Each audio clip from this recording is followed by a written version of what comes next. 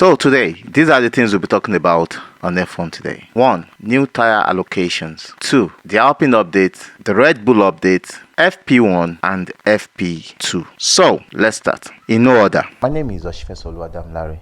I'm a mechanic. Welcome to Exxon F1, also known as from Lawon, Colombo, Africa. Seriously, I don't understand Red Bull again, because we knew you are bringing upgrades. You are saying these upgrades will be 2/10 faster than the ones you have before. Now, hold on a minute. When Red Bull launched, they launched the car. They had a wider air inlet for cooling the radiator. In Azerbaijan, where they had the largest gap in the race lead, that was where we knew Red Bull, without rear wing safe, they will win any race. They brought another upgrade, a steeper air inlet, which makes the floor of the car more wider for downforce. Now they are bringing a steeper one. This thing is looking like a dustpan to sieve air into the inlet of the radiator, which means the radiator will cool better 100% and it will give them a more draggy car, which they need in Hungary. Now they're talking about 2/10. This upgrade is not going to give them 2/10.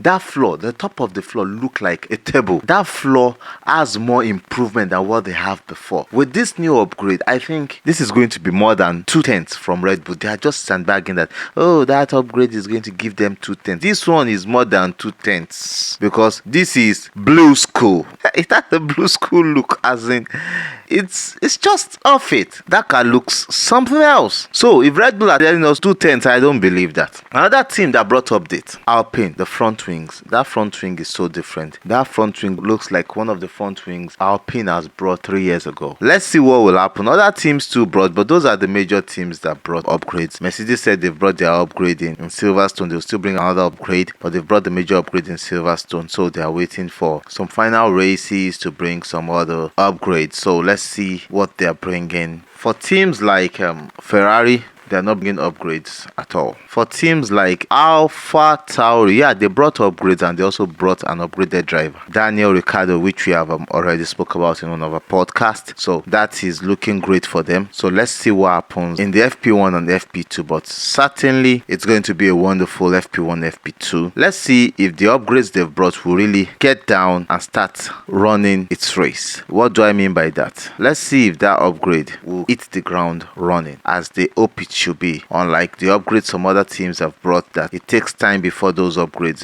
hit the ground running. So let's see if this one they have brought will hit the ground running and will give them the best of what they believe they should get. Now there are new tire allocations in F1. Instead of 13 tires teams will be getting, now they'll be getting 11 tires, which means they are 2 tires short, and which I think will make racing more strategic. Now, during the qualifying, the teams will have to use hard tires in Q1, medium tires in Q2, and soft tires in Q3, which means they have 3 tires for qualifying.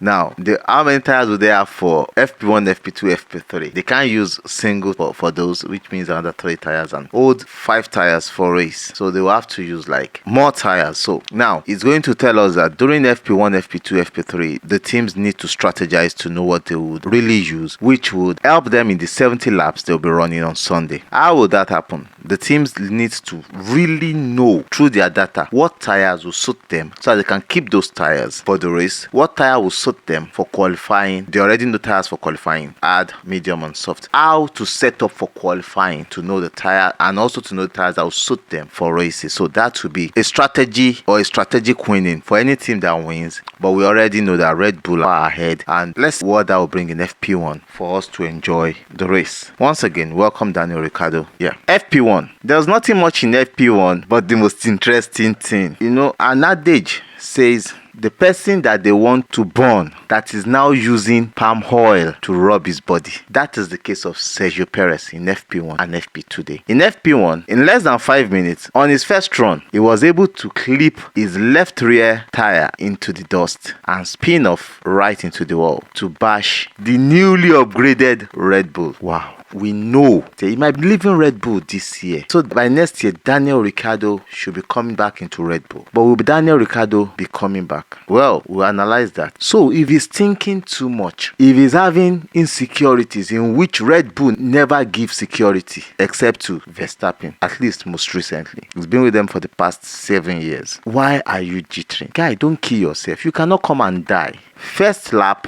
into the wall. The funny thing was, the newly upgraded car was lifted up. The whole cameraman in Hungary were able to see the new floor of the new improved Red Bull. How do you think Christian Horner will feel? How do you think Marco Helmut will feel? That man, I think, is a sadist. That whole 80-year-old man. Hi, Kai, I'm sure you can have that man as a father. You fight every day. So funny, but seriously, Perez crashing that Red Bull is a statement, because we can see the expression on Christian Horner's face. His expression is like, guy, we've given you time. Why are you messing up? You that we want to chase away before, now you are giving us more reasons to just send you away, and we won't be wrong because nobody will doubt it. And you know the funny thing, the pundits in F1 will never go wrong with their jassa, with their fake pussy, with their fantasy, with the way they will cream the whole thing up. Help this guy now. How would you guys feel if you are in his shoes? You guys should just wake up, Stop hurting Sergio Perez's feeling. But in the long run, he was not the only one to spin his car. Carlos Sainz spun his car into the wall, clipping his front wing. But that was not much damage because the whole session was mad with rain. So drivers could not really get times in. A lot of drivers didn't come out. Only about 10 drivers came out to really set up times, work with the inter tires, and that was it for FP1. Now FP2, the teams were being careful. Aside from the teams being careful, Sergio Perez was being careful. He was just tiptoeing all around. He could not afford to make any mistake. Sergio Perez I can see that small boy crying for you, that Hungary boy. He knew something might happen, Sergio Perez. Chai. Well, we'll wait till the other end of the season to see that. But in FP2, like I was saying, the teams were careful. They were looking at what they can do because of the new tire allocation. Remember, they didn't really use any tire in FP1 because it was a 50 minutes of rain in FP1, so they didn't really use any tire. But now with FP2, they were learning tires because they knew that the Q1 tomorrow will be hard tires, Q2 tomorrow will be medium tires, and Q3 will be soft tires. So they were gentle and mild. They were looking at what they would do and what they would not do wrong, which is so interesting. Some were doing their high fuel runs, low fuel runs, so you cannot really know who is running the high fuel, who is pushing, who is not pushing, who is learning, who is not learning, and what they are doing with the tires and with their fuel run. So it was all a test session, trying to find limit, trying to know how the car works, trying to do better setup for the car against tomorrow and against Sunday, against qualifying and against the race on Sunday. But the major thing is this: Daniel Ricciardo didn't really do too bad on his first real pace back in F1. After like a 7-month leave, he's back. Wherever he is, he lightens the place up. That's why I've loved Daniel Ricciardo. Has been a good racing driver. His smile lights the whole room up, and that is beautiful for him. So to FP3 and qualifying tomorrow, we should see what the teams will be coming out to see how they will perform on Sunday. But we know that track is majorly a track for Mercedes. Even when their car was bad last year, they still came second and third with a bad car. So let's see how they perform tomorrow. Let's see how the Ferraris perform tomorrow, and the McLaren that are like up to speed. Let's see how they perform tomorrow, and let's see what the Red Bulls are bringing up to the game. It's going to be a beautiful FP3 and qualifying tomorrow. And remember, this tire testing that they brought to Hungary was meant to be brought in Imola, but unfortunately, because of the Imola situation, that was not brought to Imola. But of it all, here we are in Hungary, Hungaroring. Watch out for FP3 tomorrow. And as I always said, please subscribe, like, just post, subscribe and like, comment please. I love you all. Chi. We have a new friend in the house. We are in Nigeria here, West Africa. He provides internet for us. They provide the best internet around the mainland, and I know they are still moving to the highland and they are moving all around Nigeria. But for you to get internet on the mainland, contact Fibrad Telecom Limited. They get you sorted out ASAP. The best cable internet on the mainland, fiber, I think they get sorted out. We talk much about them in the course of some of our videos, but contact them, they get sorted out. We love you.